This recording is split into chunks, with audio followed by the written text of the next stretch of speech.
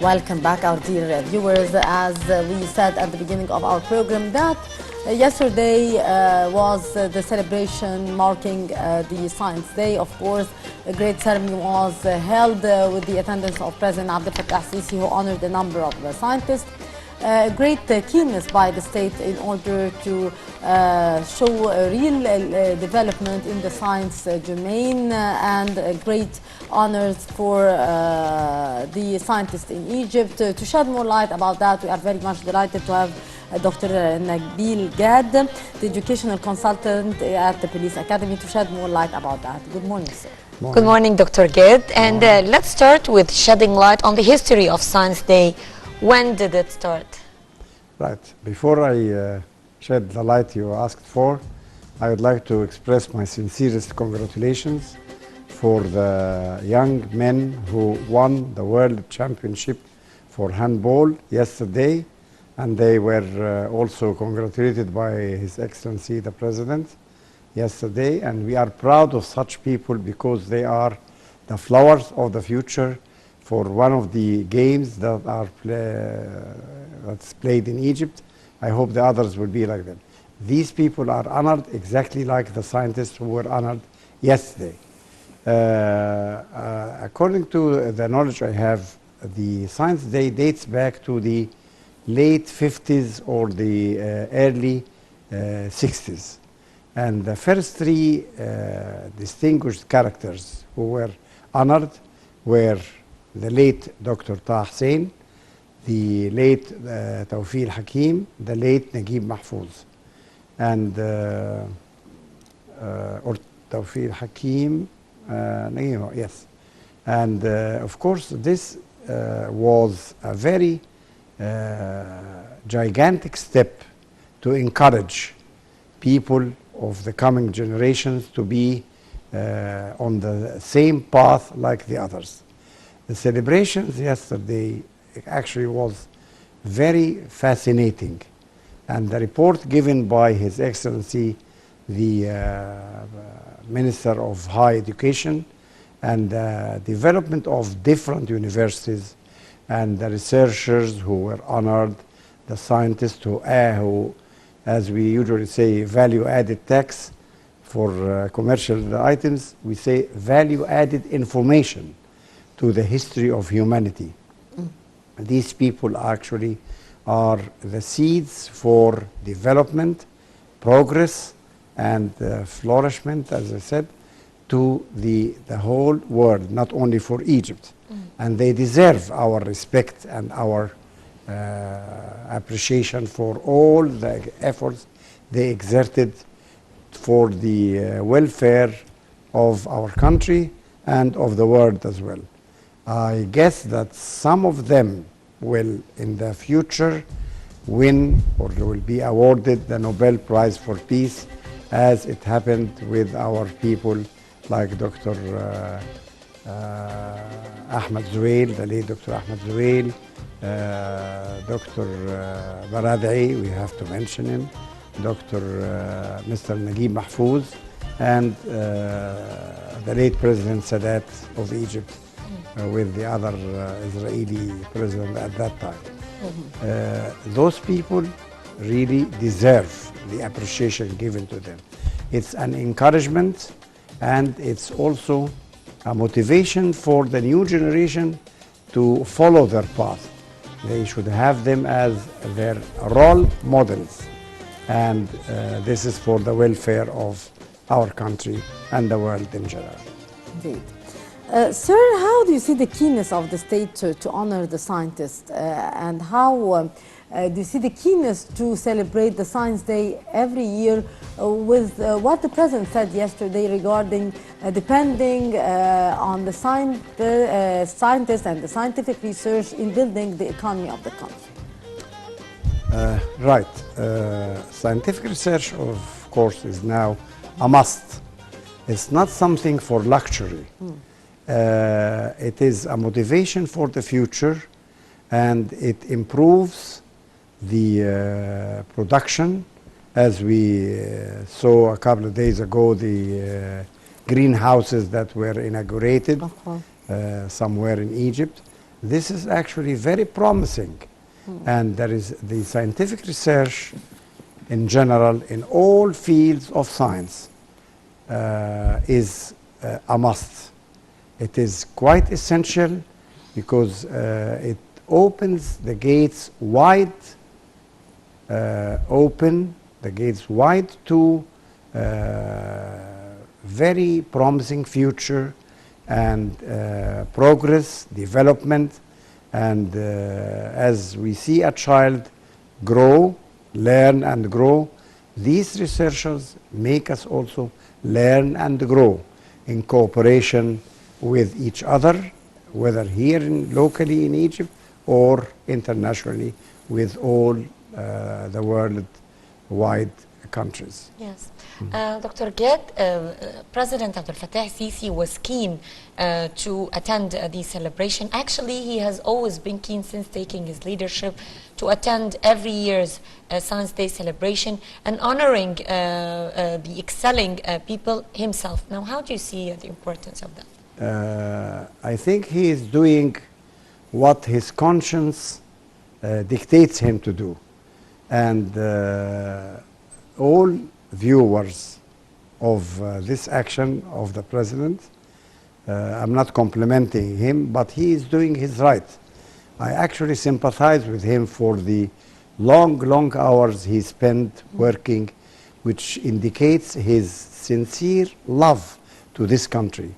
I can't guess how many hours a day does he sleep. I wish the others could do like this.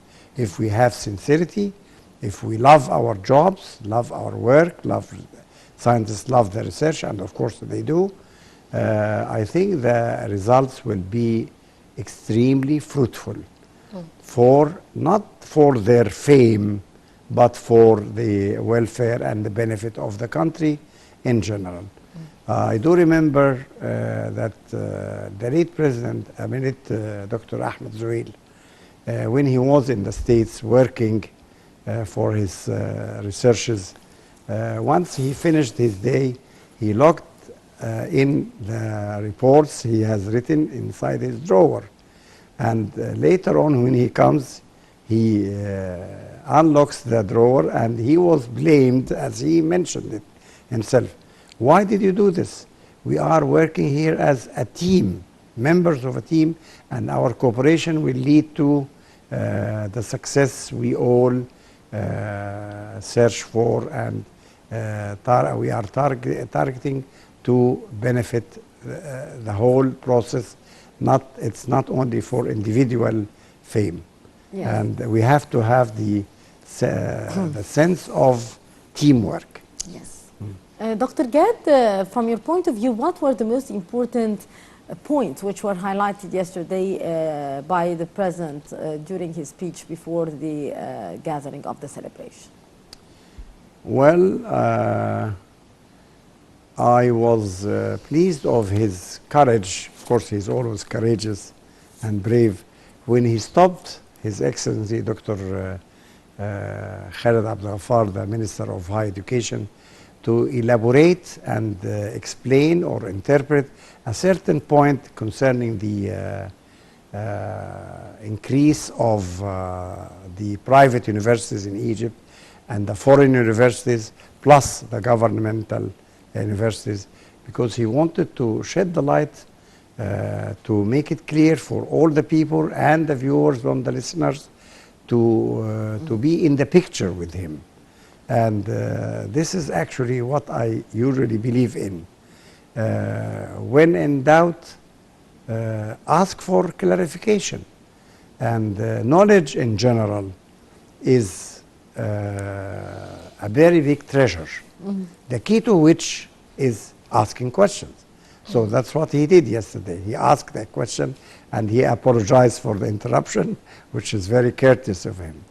Yes. I just remember now that it was mentioned in one of the hadiths, I think, that scientists are the heirs of prophets. Indeed. And of course, this is something to be worthy noting.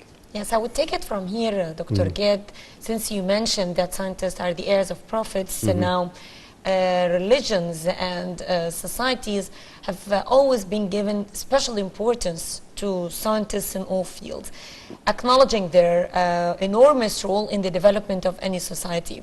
Now, how do you see that? How do you see the role of scientists as in developing any society, particularly here in Egypt, since Egypt has started a new era following 2011 revolution and has been starting all over and rebuilding itself in various fields? What would be the role of scientists here? It's my pleasure to mention that development technology is the new trend that's overwhelming all over the world now. And scientists are known to be so patient. You know that there is a vaccine given called 606 injection. It's a vaccine for against several things given, I think, so far I'm not sure, to the newly appointed soldiers to serve the Egyptian army or the police. And when I investigated why was it called 606, and I came to my knowledge that 605 experiments failed. But on number 606, it succeeded. Yeah. So that's why it's named like that. Another thing, let us mention a point like the falling apple from a tree.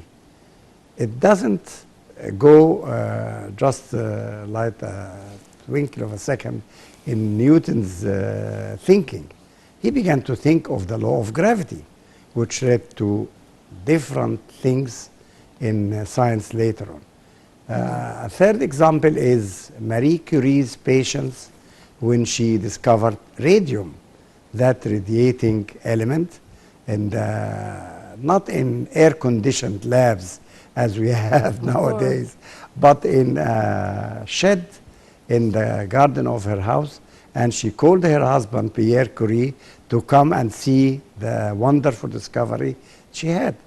Let us think of how radium is now used in different fields for cure of deadly diseases like cancer, for different other things. I'm not specialized in science, but as I said, patience, hard work, and not to give up easily. Yes. I remember I applied for having a scholarship abroad when I was younger than this. So twice did I fail, and I didn't give up. And the third time, Almighty God, the Lord, gave me the green light. And here it went. Yes, So we have to be patient. Dr. Ged, can you tell us more about the role of the science and the scientists in the process of the development of any nation, and notably the development of Egypt? Right. In fact, the scientific method is something no one can deny how valuable and useful it is. Yeah. And the scientific method, especially in researches like the theses of masters or PhD, it takes long time and to be in logical sequence. So that's what we are doing now in all fields of development in Egypt, in agriculture, in economics. See the development that's happening now in the financial status that we have. All the world now witnesses how recovering the budget of Egypt is, and how let us see how the US dollar now is reduced in its value compared to the other local currency. And let us see the number of scientists who were honored yesterday, whether ladies or gentlemen, and I'm pleased that there were the feminine element among them. These people had hard work time, and they had love to what they do. If I am interested in something and I exert sincere efforts, for sure that will be resulted in success. Yes. And it's something to be proud of. They are to be proud of what they do, and we are to be proud of them as well. Dr. Ged, President Abdel Fattah Sisi introduced new 4 awards or innovation awards in the fields of agriculture, food, health, medicine, energy, water, and industry. How do you see such introduction in encouraging more youth to apply for the awards, or to be encouraged in general? Well, these are the ideas you mentioned, or the fields you mentioned, are vital eras and areas as well for the development of the future. Maybe also the field of education.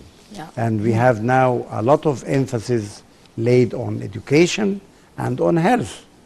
Let us think of the project in Port Said for the national insurance of health. And let us see the development that Dr. Tariq Shawqi, the Minister of Education, is doing for developing education and the secondary stage, and all the efforts for the people, consultants, and the consultants around him.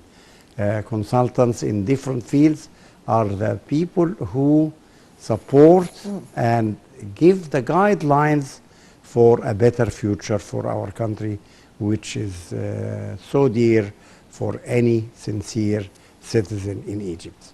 Indeed, it's always the scientists who are the pillars of building a better developed society. Dr. Nabil Gad, our educational consultant at the Police Academy, thank you very much for being our guest. Most welcome. Thank you very much, Dr. Most Gad. welcome. And ladies and gentlemen, stay tuned. We'll be right back after a short break to resume this morning's edition of The Breakfast Show.